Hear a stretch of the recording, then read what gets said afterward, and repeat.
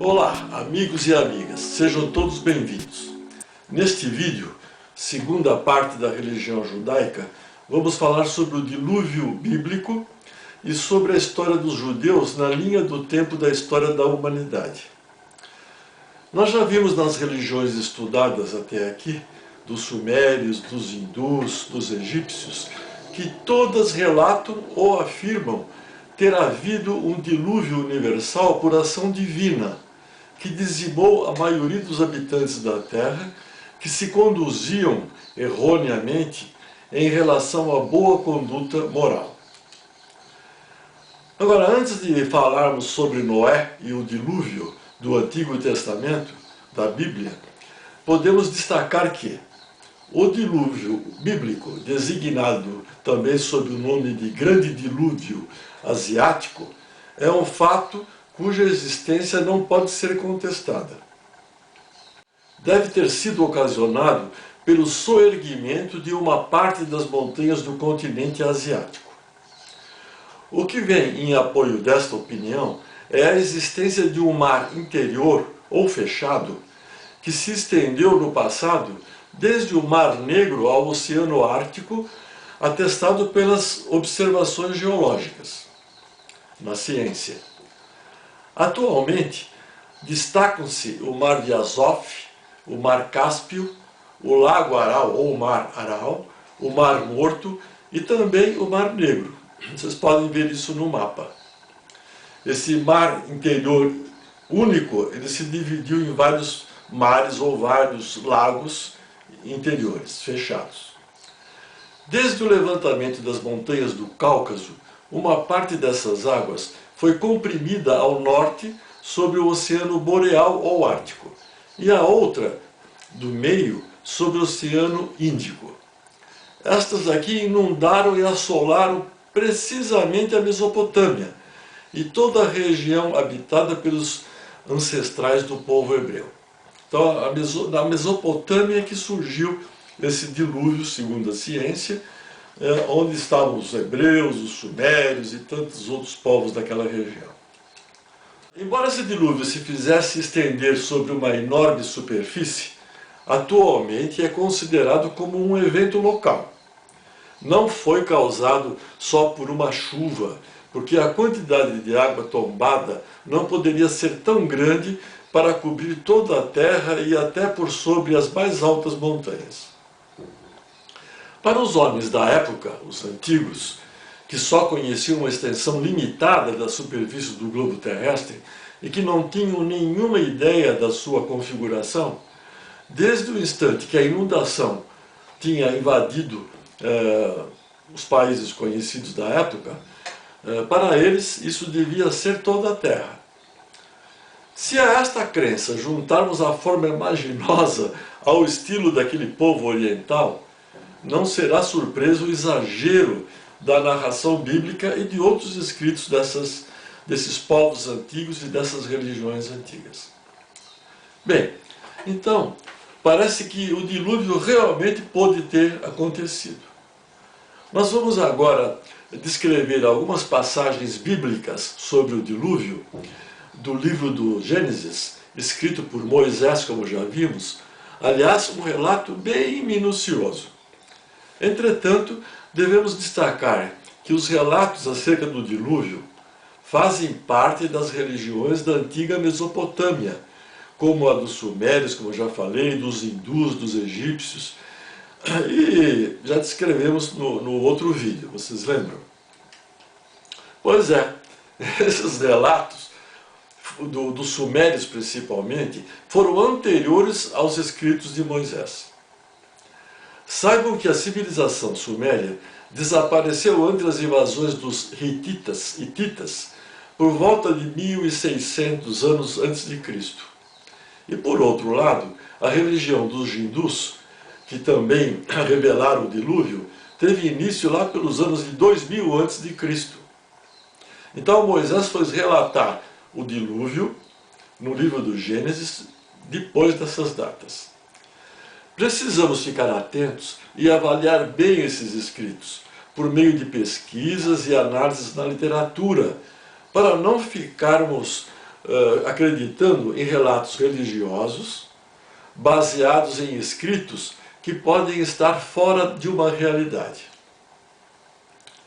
Bem, vamos à história do livro bíblico então. Nós vamos ler o texto da Bíblia, do livro do Gênesis, e vamos pegar o 6º capítulo. Então nós vamos ver vários itens e vocês poderão acessar esses textos na Bíblia propriamente dita. Então vamos lá. 1. Sucedeu que quando os homens começaram a multiplicar-se sobre a terra, e lhes nasceram as filhas, viram os filhos de Deus.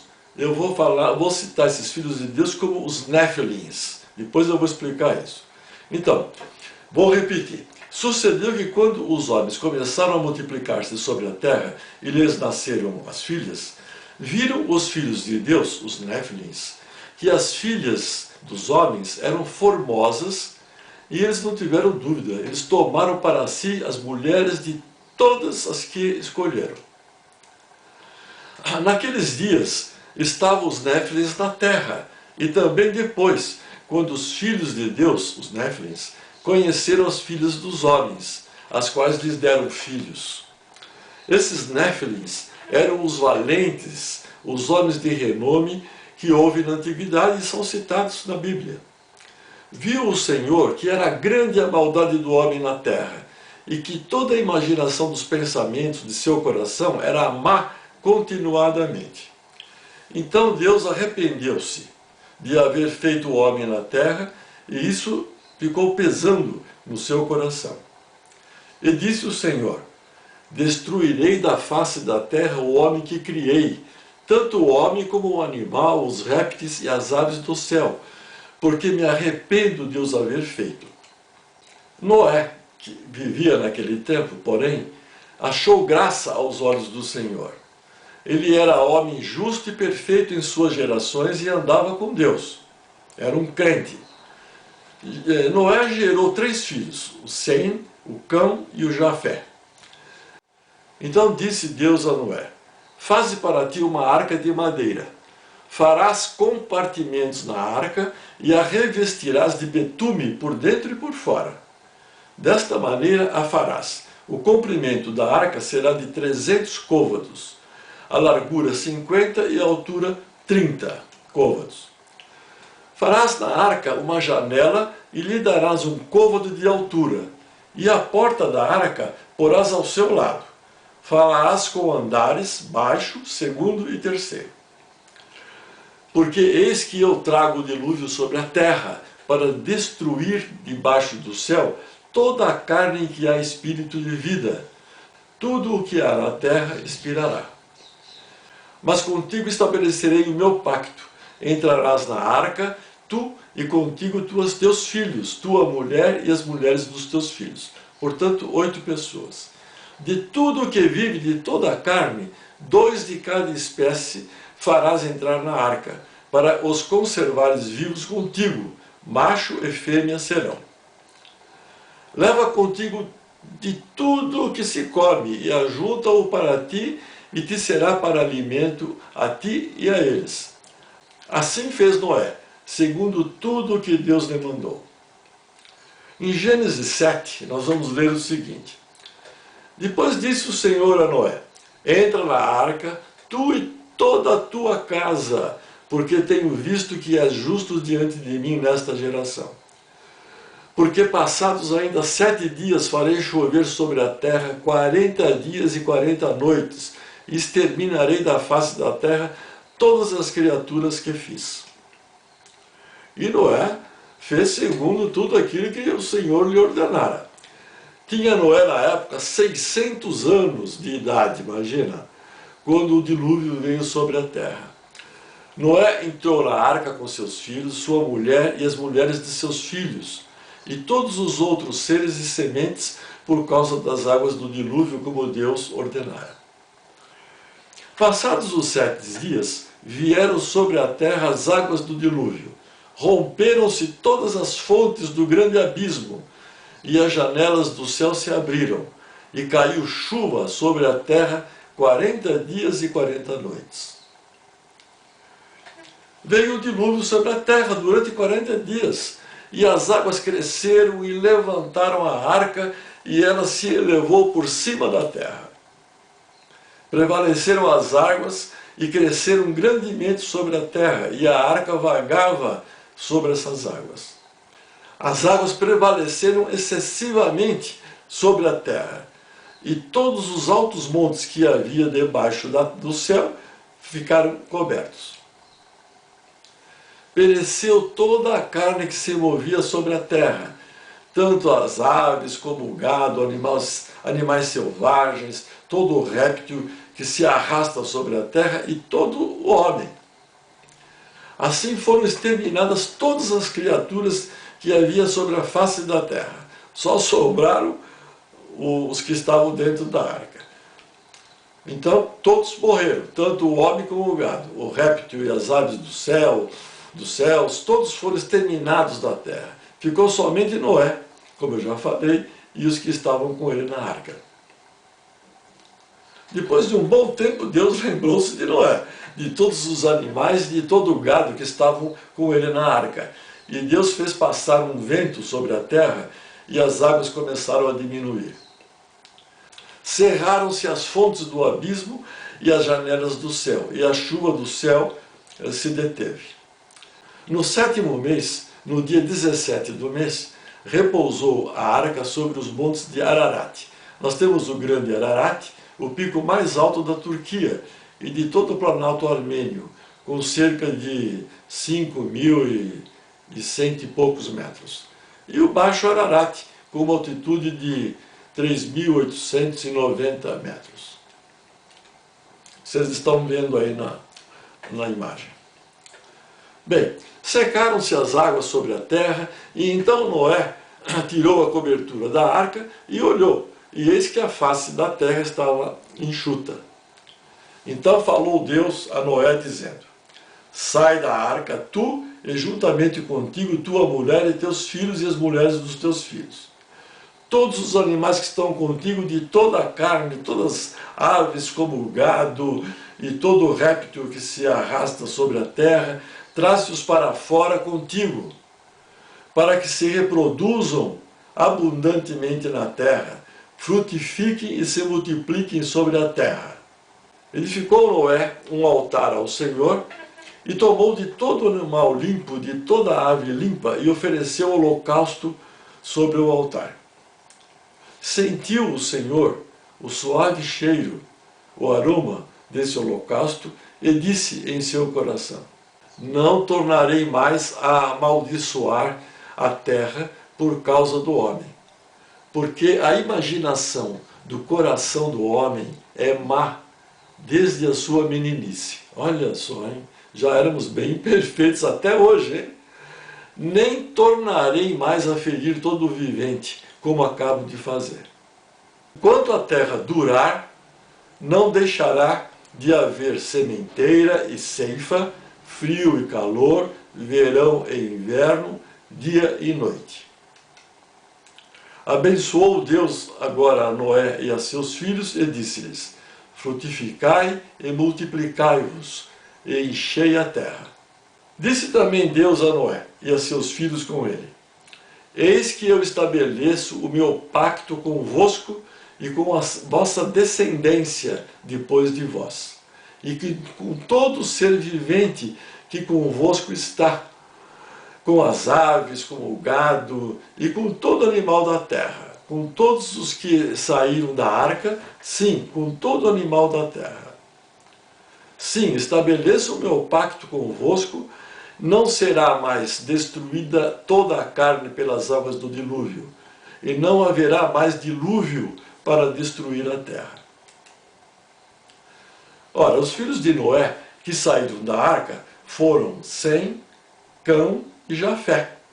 Estes três foram os filhos de Noé, e destes foi povoada toda a terra. Viveu Noé, depois do dilúvio, 350 anos, e foram todos os dias de Noé, então, 950 anos, e aí ele morreu.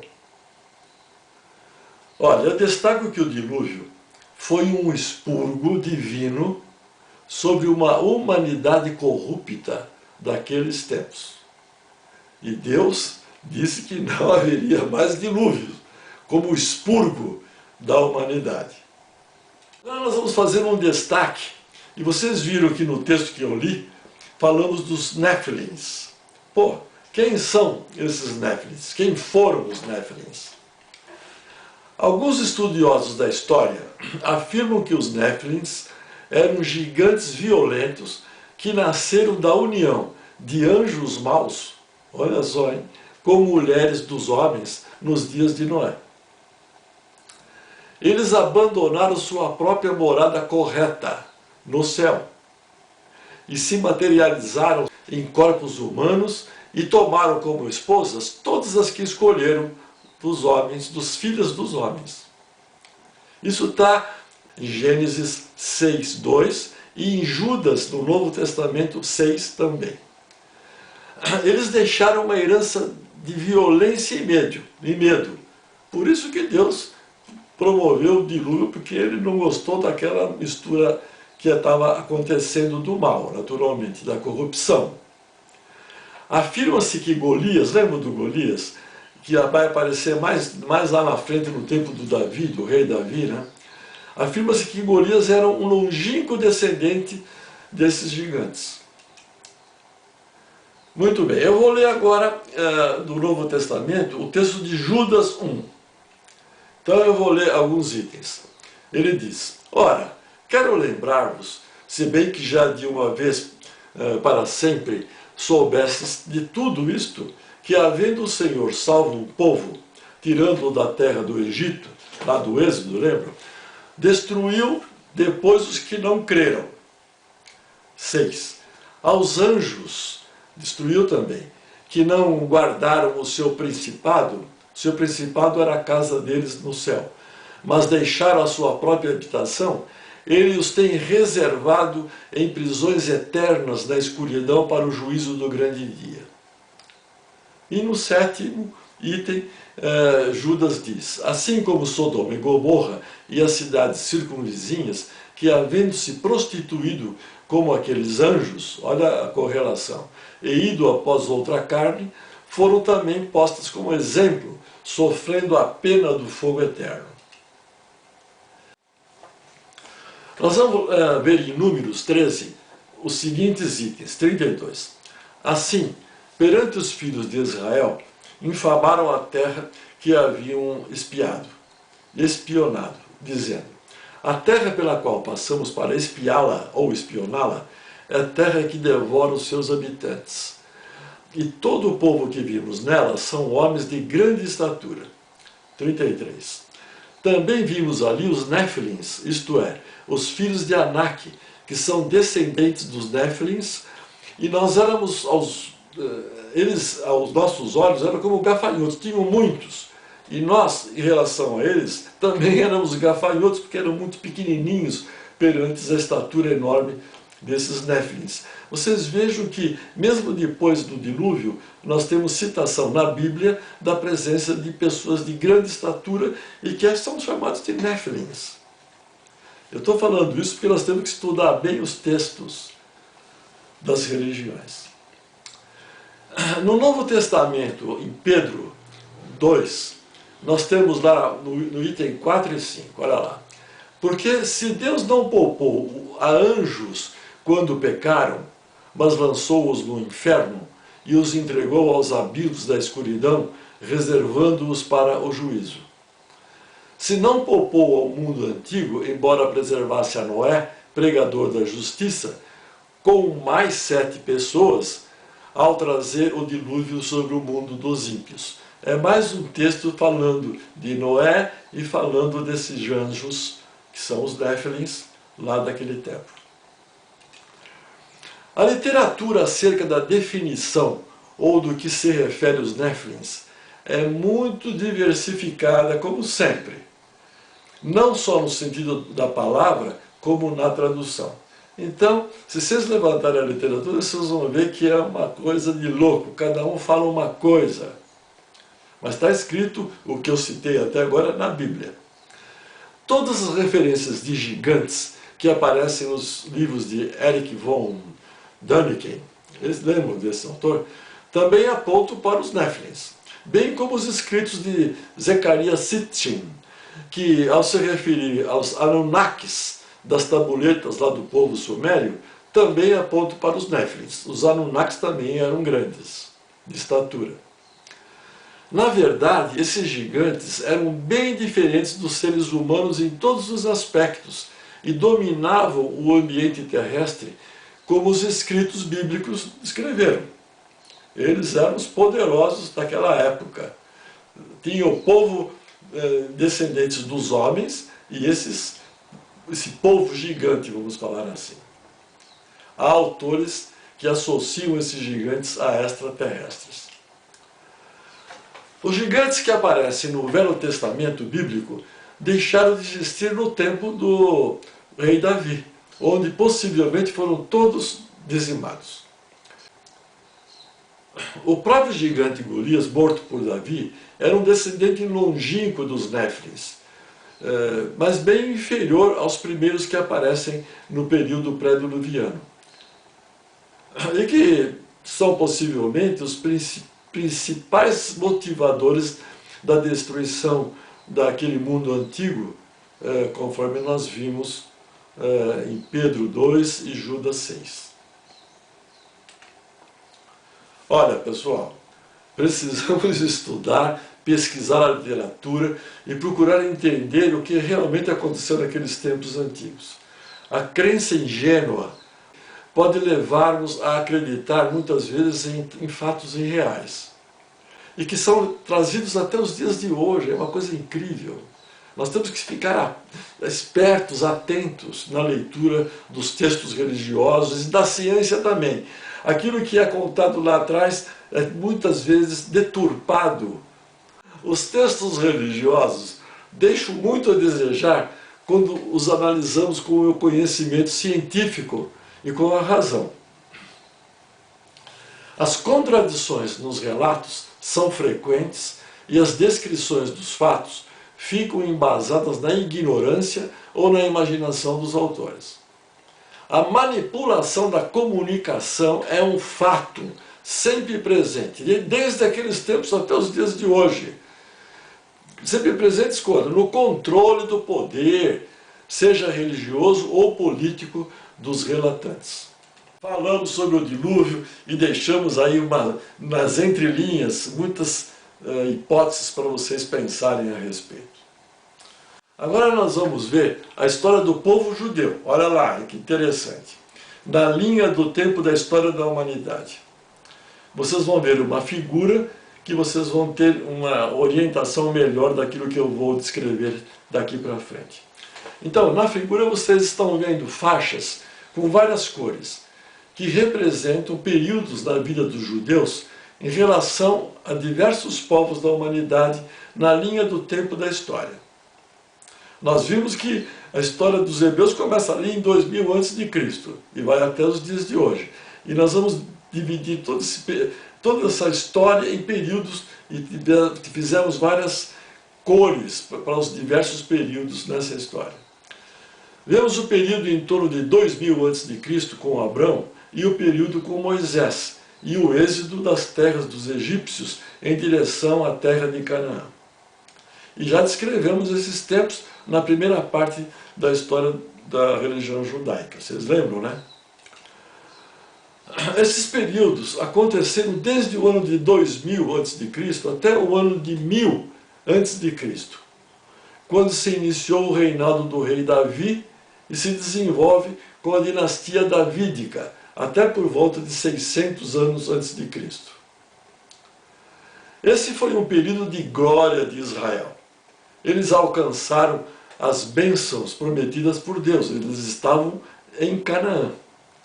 Era uma nação poderosa, uma sociedade e cultura avançada, um autogoverno israelita nas próprias terras de Canaã, e construíram o templo em Jerusalém, o primeiro.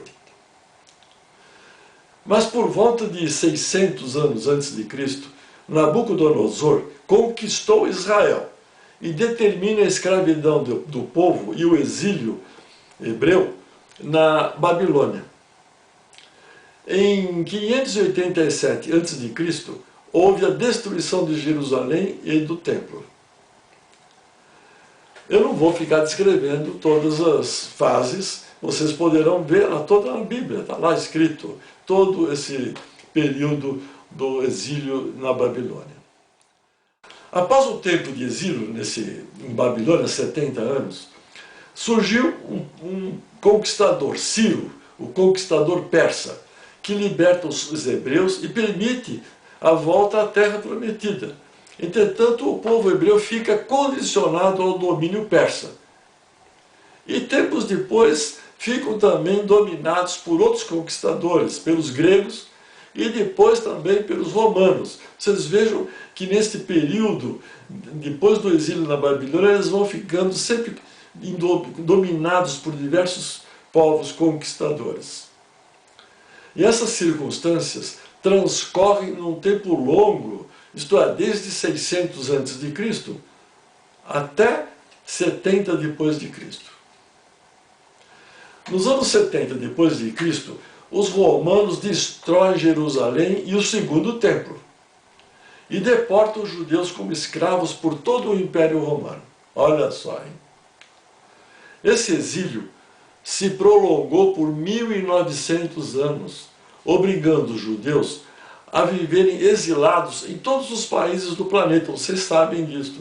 Simplesmente não havia mais a terra prometida de Canaã como o berço do povo hebreu. Nesse longo exílio, os judeus viveram dispersos em terras estrangeiras e geralmente não aceitos, sofrendo toda a sorte de perseguições. A mais tenebrosa e horrível foi na Alemanha nazista com o Holocausto durante a Segunda Guerra Mundial. É uma coisa extraordinária o exílio do povo judeu. Após a Segunda Guerra Mundial, em 1948, os judeus, através das Nações Unidas, viram o impressionante renascimento do Estado de Israel, de volta à terra de Canaã, e puderam nela se instalar novamente com um autogoverno judeu. Depois nós vamos explicar toda essa história aqui melhor. O resultado da criação do Estado de Israel criou problemas políticos dos mais difíceis em nosso tempo. Nós estamos vivenciando isto. A maioria das nações circunvizinhas a Israel fez guerra em 48, 56, 67 e novamente em 73. Atualmente a região continua beligerante. Eles vivem se pegando, aqueles povos que ali vivem. Como nos tempos anteriores ao tempo de Jesus, desde os tempos antigos. É uma coisa muito louca. E para mim é ainda uma expiação, é um sofrimento incomensurável toda essa situação. Agora, eu acho que nós devemos dar um destaque grandioso a esse povo incrível, que é o povo judeu, pela união fraterna de seus ascendentes e descendentes. É uma coisa incrível. E essa união fraterna é pela fé, é pela crença em um único Deus, que para eles é todo-poderoso, onipotente e infinito em todas as ações. E que os elegeu como o povo escolhido, desde os tempos de Abraão. Olha que maravilha, é uma coisa digna de nota. Eu estou dando esse destaque porque é maravilhoso. Eles mantiveram-se firmes por séculos e séculos na esperança da vida na terra prometida por Jeová. E agora realmente estão lá, estabelecidos e mostrando um desenvolvimento tecnológico de excelência. E não preciso falar mais, pois vocês todos, nós todos, temos conhecimento dessa situação. Agora, eu acho interessante darmos destaque aos escritos de Moisés. Agora vem aí uma mensagem importante para nós todos. Por isso que eu separei a história dos judeus, como eu já descrevi, e o que eu vou falar agora, que está embasado na Bíblia. Então, eu acho interessante darmos destaque aos escritos de Moisés, no livro Deuteronômio, lembra, um deles, e outros escritos sobre a vida do povo judeu na linha do tempo da história da humanidade, mas agora embasado na Bíblia. O Deuteronômio, esse livro, então, contém os discursos de Moisés ao povo lá no deserto.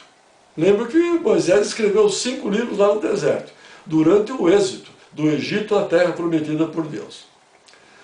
Os discursos contidos nesse livro, em geral, eles reforçam a ideia de que servir a Deus, olha o que eu estou falando, que falou Moisés, não é apenas seguir sua lei. Em Deuteronômio, essas leis foram repetidas a uma geração que, dentro em breve, moraria nas casas, nas vilas e cidades da terra prometida, como já falamos. Então, nesse livro, Moisés ensina novamente, ou destaca novamente ao povo judeu, as leis de Deus. Então, trata-se de um tema muito delicado, mas eu vou citar alguns textos e vocês é que vão fazer as reflexões apropriadas e livres. Eu não vou julgar. Talvez, com esse conhecimento, possamos compreender a nossa relação com o Deus de todos nós. Pois nós também somos o povo escolhido, como o povo judeu. Na verdade, somos todos. A humanidade inteira é escolhida como o povo de Deus, não tenho dúvida disso. E o transcorrer da vida dos judeus funciona como um ótimo exemplo para nós, não judeus, na condução de nossas vidas. Vocês já perceberam que nos dias atuais, a tecnologia, a comunicação em tempo real, está unindo toda a humanidade como um só povo? Não estamos percebendo isso? Olha que vai acontecer lá na frente um único governo para todo esse povo. Está quase havendo isso, o poder oculto está por trás de tudo. Mas vai ser mais concreto lá na frente, porque todos somos o povo escolhido por Deus, com certeza. Então a vida dos judeus vão nos servir como exemplo para a mensagem que eu pretendo dar até o final deste vídeo. Então, o que foi dito aos judeus no tempo de Abraão e no tempo de Moisés, também está valendo para nós, sem exceções. Pois somos o povo de Deus, como eu já falei, encarnando e desencarnando neste planeta, a fim de trabalharmos a nossa evolução intelectual e espiritual, praticando a fraternidade universal e fazendo jus à confiança que Deus deposita em nós. Isso é um adendo dessa história que nós estamos fazendo aqui. É a minha conclusão, aliás, da minha vida.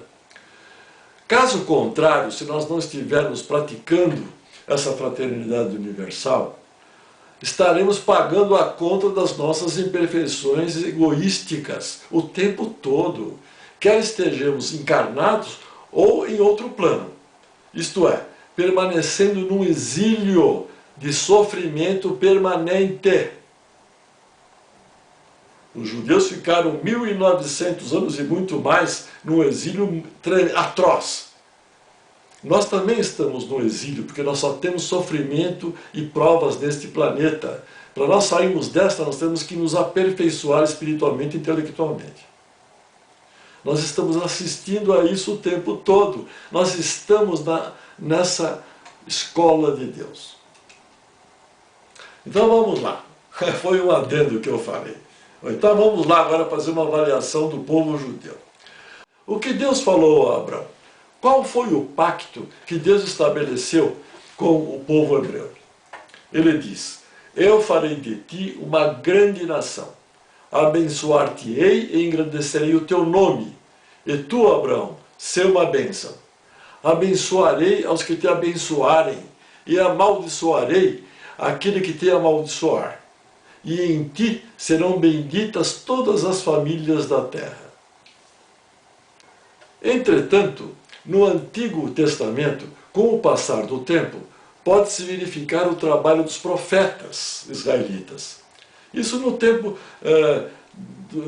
da vida do povo hebreu no deserto, até chegar a Canaã. E lá os profetas estavam sempre advertindo o povo judeu das condutas de vida, e que eles se afastavam das metas divinas apontadas por Moisés. Por favor, vocês consultem os escritos dos profetas do Antigo Testamento, vocês vão ver o que eles falam para o povo judeu. E agora eu vou ler um trecho do livro Deuteronômio, escrito por Moisés, para que a gente possa entender toda essa história do povo judeu e do exílio, e da relação do povo com Deus. Então vamos lá. Em Deuteronômio. Mas o Senhor vos tomou e vos tirou da fornalha do ferro do Egito, a fim de lhe serdes um povo hereditário como hoje o sois. O Senhor se indignou contra mim, Moisés, agora, por vossa causa, e jurou que eu não passaria o Jordão e que não entraria na boa terra que o Senhor vosso Deus vos dá por herança. Mas eu tenho de morrer nesta terra, não poderei passar o Jordão, porém vós o passareis, e possuireis essa boa terra. Guardai-vos de que vos esqueçais do pacto do Senhor vosso Deus, que ele fez convosco, e não façais para vós nenhuma imagem esculpida ou semelhança de alguma coisa que o Senhor vosso Deus vos proibiu. Porque o Senhor vosso Deus é um fogo consumidor, um Deus zeloso. Quando, pois, tiverdes filhos e filhos de filhos, e envelhecerdes na terra, e vos corromperdes, fazendo alguma coisa esculpida, semelhança de alguma outra coisa, e praticando o que é mal perante os olhos do Senhor vosso Deus, para provocar a sua ira, hoje tomo por testemunhas contra vós o céu e a terra. Bem cedo perecereis da terra que passado o Jordão ides possuir. Não prolongareis os vossos dias nela, antes sereis de todo destruídos. E o Senhor vos espalhará entre os povos, e ficareis poucos em número entre essas nações, para as quais o Senhor vos conduzirá. Lá servireis a deuses, que são obras de mãos de homens, madeira e pedra, que não veem, nem ouvem, nem comem, nem cheiram. Mas de lá buscarás ao Senhor teu Deus, e o acharás, quando o buscardes de todo o coração e de toda a tua alma. Quando estiveres em angústia e todas estas coisas te alcançarem, então nos últimos dias voltarás para o Senhor teu Deus e ouvirás a sua voz. Porquanto o Senhor teu Deus é Deus misericordioso, ao infinito, e não te desamparará, nem te destruirá, nem se esquecerá do pacto que jurou a teus pais.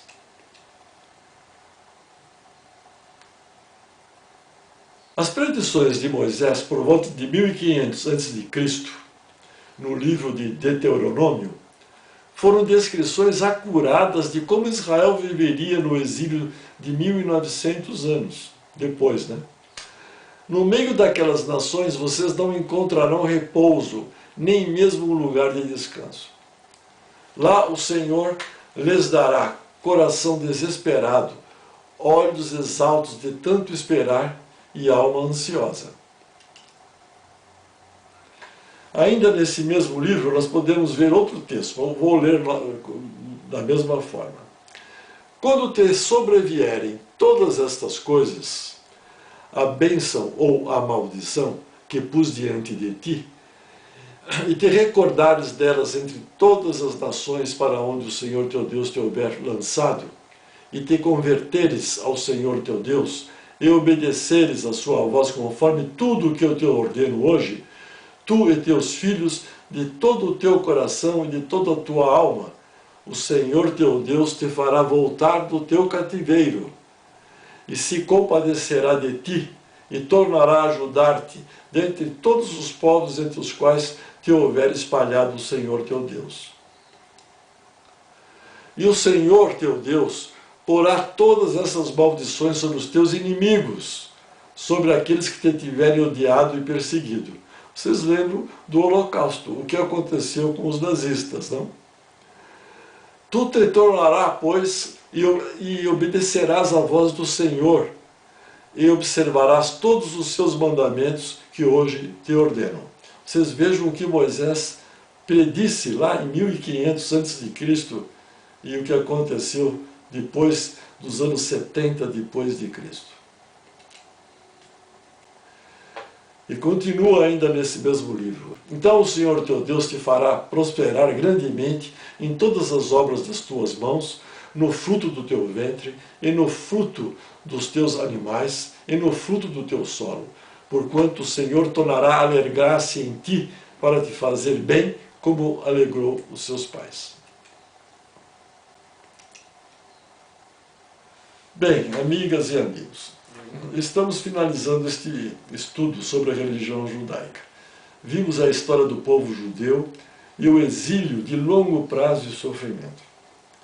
É chegada a hora de estudarmos os textos históricos da humanidade, pesquisar os trabalhos dos diversos autores, analisar, pensar e procurar compreender o sentido oculto das razões da vida e da nossa inserção no universo de Deus.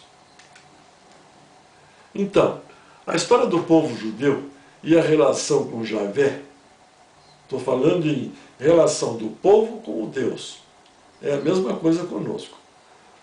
Então, a história do povo judeu e a relação com Javé, ou Jeová, é um excelente exemplo de vida de um povo e o Deus criador de tudo que existe.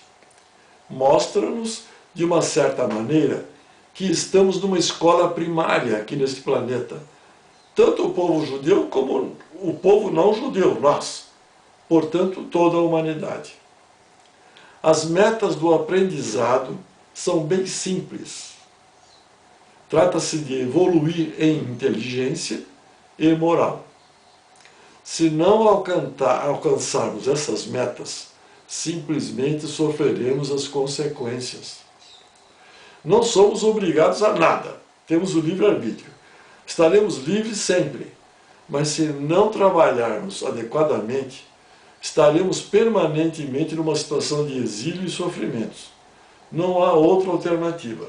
Vocês viram que, quando vocês leem os livros de Moisés, ele fica alertando e ensinando o povo judeu que há um só Deus e que o rumo certo no trabalho evolutivo é a moral, é amar a Deus sobre todas as coisas e seguir em frente seguindo os 10 mandamentos daquela época. É isso. Os profetas cansaram de predizer o mal que poderia acontecer ao povo judeu. E Moisés também. E vocês viram o que aconteceu. Porque penso eu, não sou eu que estou julgando, se tudo isso aconteceu do exílio da história dos judeus, é em decorrência do rumo inadequado que tomaram na vida. E um detalhe, considerando um Deus justo e poderoso ao infinito, todos nós somos o povo escolhido. Não há possibilidades de discriminações ou de qualquer outra situação, pois a humanidade terrestre é uma só, é um povo só. Somos todos escolhidos por Deus. A relação da humanidade com Deus é esta. Vocês estudem a história da humanidade, da nossa vida. E o véu da ignorância vai se descortinando. Mas nós vamos ter que ficar livres de rótulos religiosos, senão nós não vamos perceber esse conhecimento oculto. Estudem e vocês mudarão totalmente de conduta nesta vida. E vão ganhar uma experiência maravilhosa de saúde física, de saúde energética, de saúde do espírito, com certeza. Então, caríssimos amigos e amigas, até breve, até o próximo vídeo. Por favor, vocês compartilhem, vamos juntos e misturados estudando as doutrinas religiosas e praticando a fraternidade universal e o amor incondicional como meta.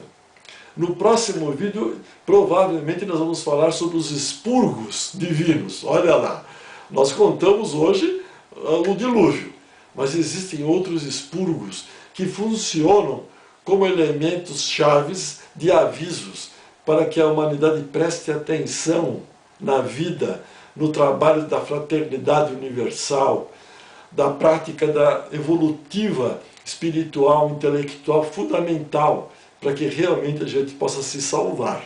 Se salvar o quê? É nos achegar a Deus que está dentro de nós, mas para Ele aflorar dentro de nós. E aí a coisa muda, a vida fica outra. Então, meus queridos, o Deus que habita no meu coração, saúdo o Deus que habita no seu coração. Namastê.